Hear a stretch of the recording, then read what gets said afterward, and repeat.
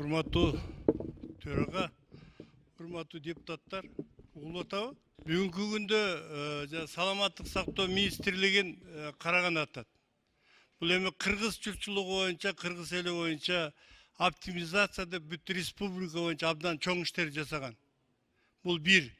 Экинчиден, республиканын ичиндеги ошо больницалар менен поликлиникаларды кошкон. Ошондой эле могу оорлуу пандемия боюнча бир топ жакшы иштер жасап, Турция, Россия, Кытайдан бери кыдырып келген. Ушуну урматтуу депутаттар, ортодон туруп алып эле интригалар башталып, бирдеме кылып атат. Жакшы иштеп аткан кишини жөн коюш керек болуп атат да. Көрөлү, убакыт келсин. Ортодон эле кыйшаңдатканда болбойт. Мен айтат элем, мына жерде жанакы уулу коргошун деп айтып атат, аны ичкиле деген жок ал. Бул элдин лечениясы, элдик лечение илгеритен бери Манастан бери келаткан. Каныкей Манаска берген бул эмени ичип денеси чыңалсын деп. Мына ушундай жакшы ойлорду жасап келаткан кишилерге тескери иш жасап аткандарды мен көрө албайт элем да.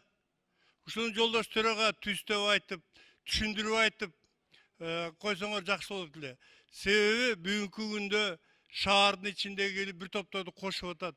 Кошкон врачтарга, башкаларга жакпай атат. Кээ жерлерден кемчилик кетип атат. Бирок кемчилик кеткен менен основном көпчүлүк маселелер боюнча абдан чоң ийгиликтерге, жакшылыктарга жетип атат. Урматтуу 120 депутат, ушуну тынчтап карап, өзүңүздөр дагы колдоп коюңарды сурап элем. Рахмат.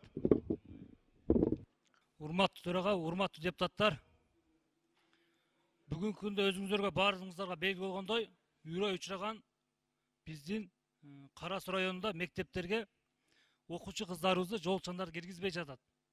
Жана жерлерде ушулар көбөйүп жатат. Ошого билим берүү министри менен МВД министрлигин чакырбайлыбы? Сурак кылбайлыбы? Эмне үчүн киргизбей атат? Ушул абдан мындай көйгөйлүү маселе болуп баратат да коомубузда. Саламатсыздарбы, урматтуу депутаттар, урматтуу төрага.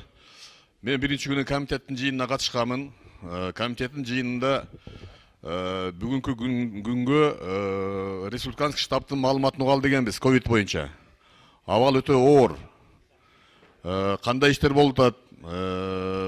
Алгоритм кандай болуп атат? Такыр маалымат мурдагыдай былтыры жаңы башталганда пандемия аябай жакшы иштер болуп аткан эле. Азыр эмне иш болгонун билбей атабыз. Мен мына өзүм эле кече Токмоктогу каза болгон бала боюнча угайын дегем. Ушундай маселе көп суроолорду бергенбиз. Эмне үчүн күн тартибинде жок, мен таң калып атам. Урматтуу төрага, мына 1 ай болот жакында мен протоколдук тапшырма бергем. Эң биринчи ушу саламаттык сактоо министринин келип вакцина боюнча, мына азыркы жаңы чыгып аткан ковид боюнча полный түшүндүрмө берсин деген маселени 1 ай мурун көтөргөм. Мына бүгүнкү күнү комитет андан бери комитеттер өттү, буга дагы келген жок. Мына бүгүнкү күнү сиздерге палатага алып чыксын дейбиз. Бунда каралбай атат да. Төрага мында бир 100 ушу жерде отурган депутаттарды сыйлаш керек. Туура президент колдоп атат экен ал министрди, а бирок комитетти, палатаны сыйлаш керек да. Ар бир кылган жумушу жөнүндө бул жерде айтыш керек да, жооп бериш керек да. Президентке жакын адамдардын баарын көргөнбүз. Буга чейинки министрлердин бардыгы да жакын болгон. Кана ошолор азыр бүгүнкү күнү каякта? Анчалык мындай асманда жүрбөш керек. Келип мына жерге отчетун берсин.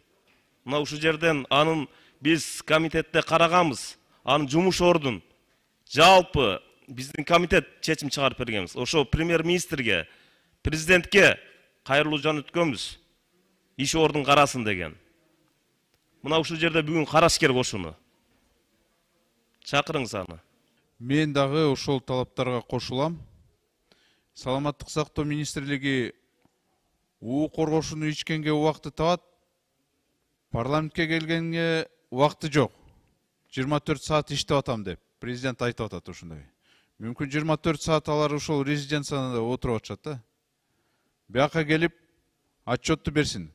Албетте биз дагы өзүбүз күнөөлүүбүз да, бияктан конституцияны өткөрүп алып, бул авторитардын режимин мына көрсөткүчү. Министрлер даже мына парламентте сыйлабай калышты да. Керек болсо кээ депутаттарга чалып кыкырып атат ал министр. Мен силерди мындай кылам, тиндей кылам деп. Андай болбош керек. Бияка келип, азыр мына иштеп аткан конституция боюнча биз карап көрөлү. Керек болсо недоверие кылайлы, керек болсо жумуштан кетирели аны. Рахмат.